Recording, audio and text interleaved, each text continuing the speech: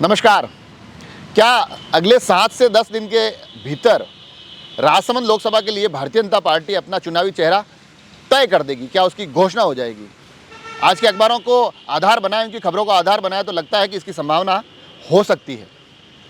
और ऐसी संभावना होती है तो फिर उसके बाद कुछ यहाँ से संकेत भी निकल रहे हैं कि चेहरा कौन हो सकता है, चुनाव कब हो सकते हैं, आचार संहिता को लेकर क्या होगा। तो आज के इस एपिसोड में इसका विश्लेषण करने की कोशिश करेंगे, क्योंकि अखबार की जो खबरें हैं वो बड़े स्पष्ट रूप से बता रही है कि भारतीय जनता पार्टी में मंथन का लगातार दौर बड़ी तेज़ी से चल रहा है। अलग अलग बैठकों के माध्यम से चुनावी चेहरे तय करने की पूरी की प्रक्रियाएं जोर शोर से चल रही है। और साथ ही कहा गया है कि बहुत संभव है कि आगे आने वाले तकरीबन 8 से 10 दिन में भारतीय जनता पार्टी अपनी पहली सूची जारी कर दे, जिसमें कि राजस्थान को लेकर तकरीबन 8 के आसपास सीटों पर प्रत्याशियों की घोषणा की खबर है। और उसमें सीटें भी 2 पैटर्न में बांटी गई है। जो पहला पैटर्न उसमें दिखाई दे रहा है कि जो बड़े चेहरे हैं उन सीटों का जिक्र है, जिसमें आप फिर चाहे बीकानेर मान लीजिए, फिर आप उसमें जोधपुर कह लीजिए, उसमें चित्तौड़गढ़ की चर्चा कर लीजिए, तो कहा जा रहा है कि इन सीटों पर चेहरों की घोषणा हो जाएगी, क्योंकि इनके चेहरे लगभग तय हैं। भारतीय जनता पार्टी राजस्थान के बड़े नेता इन सीटों से चुनाव लड़ते हैं, तो वो पुनः इस चुनावी मैदान में दिखाई देंगे। तो जो सीटें तय है, ये माना जा रहा है कि उन सीटों की घोषणा इस पहली सूची में हो जाएगी।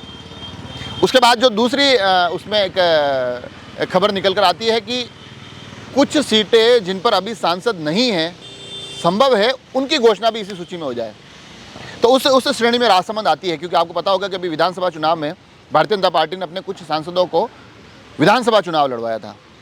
तो उसके बाद 3 सीटें खाली हो गई, जिसमें कि एक सीट राजसमंद की भी होती है, उसके बाद अलवर और जयपुर ग्रामीण। तो कहा जा रहा है कि इन सीटों पर भी चेहरे की घोषणा हो जाएगी।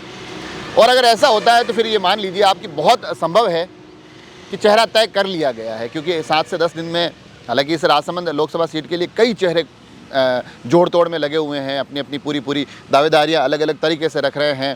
हालांकि स्पष्ट रूप से कई चेहरे बोलने से बचते हैं, मगर चीज़ें बड़ी क्लियर है कि वो भी चुनाव लड़ना चाह रहे हैं, अपनी दावेदारी इस सीट पर पेश कर रहे हैं। मगर सिर्फ 7 से 10 दिन के भीतर ही अगर नाम तय हो जाता तो ये मान लीजिए आप कि चेहरा कोई ना कोई बड़ा होगा। बड़े चेहरों की चर्चाएं हैं, तो कोई ना कोई बड़ा चेहरा फिर इस चुनाव को लड़ता दिखाई देगा।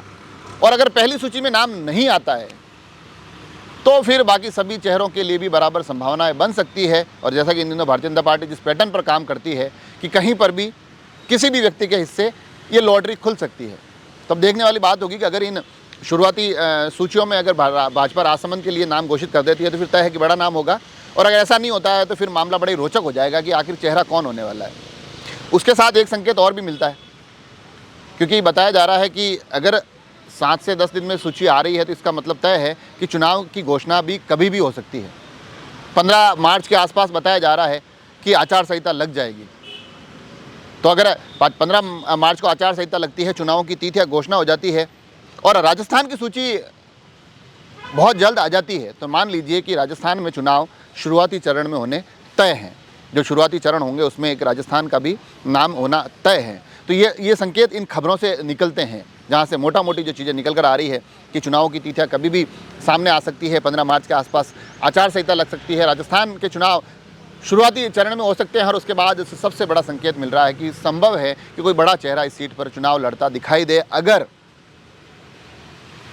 वो सूची आगे आने वाले 8 से 10 दिन में जारी होती है। और ये जो राजस्थान की पहली सूची आती है जिसमें बड़े नामों का जिक्र होता है, तो अगर उसमें राजस्थान की सूची में राजसमंद का भी जिक्र होता है तो फिर कोई न कोई बड़ा चेहरा चुनाव लड़ेगा। अन्यथा जो तमाम अलग अलग चेहरे इस चुनावी जोड़ तोड़ में, इस जद्दोजहद में, इस भाग दौड़ में लगे हुए हैं, उन सभी की उम्मीदें नाम के सामने आने तक जगी रहेगी। अब देखने वाली बात होगी कि लॉटरी किसके हिस्से खुलती है। और ये लॉटरी में बार बार शब्द इसलिए इस्तेमाल करता हूँ क्योंकि भारतीय जनता पार्टी के लोगों से बात करते हैं या फिर कैमरे के पीछे कांग्रेस के लोगों से बात करते हैं, तो तमाम चीज़ें ये बताती है कि भारतीय जनता पार्टी के लिए परिस्थितियाँ इस सीट पर थोड़ी सुखद काफ़ी लंबे समय से दिखाई दे रही है।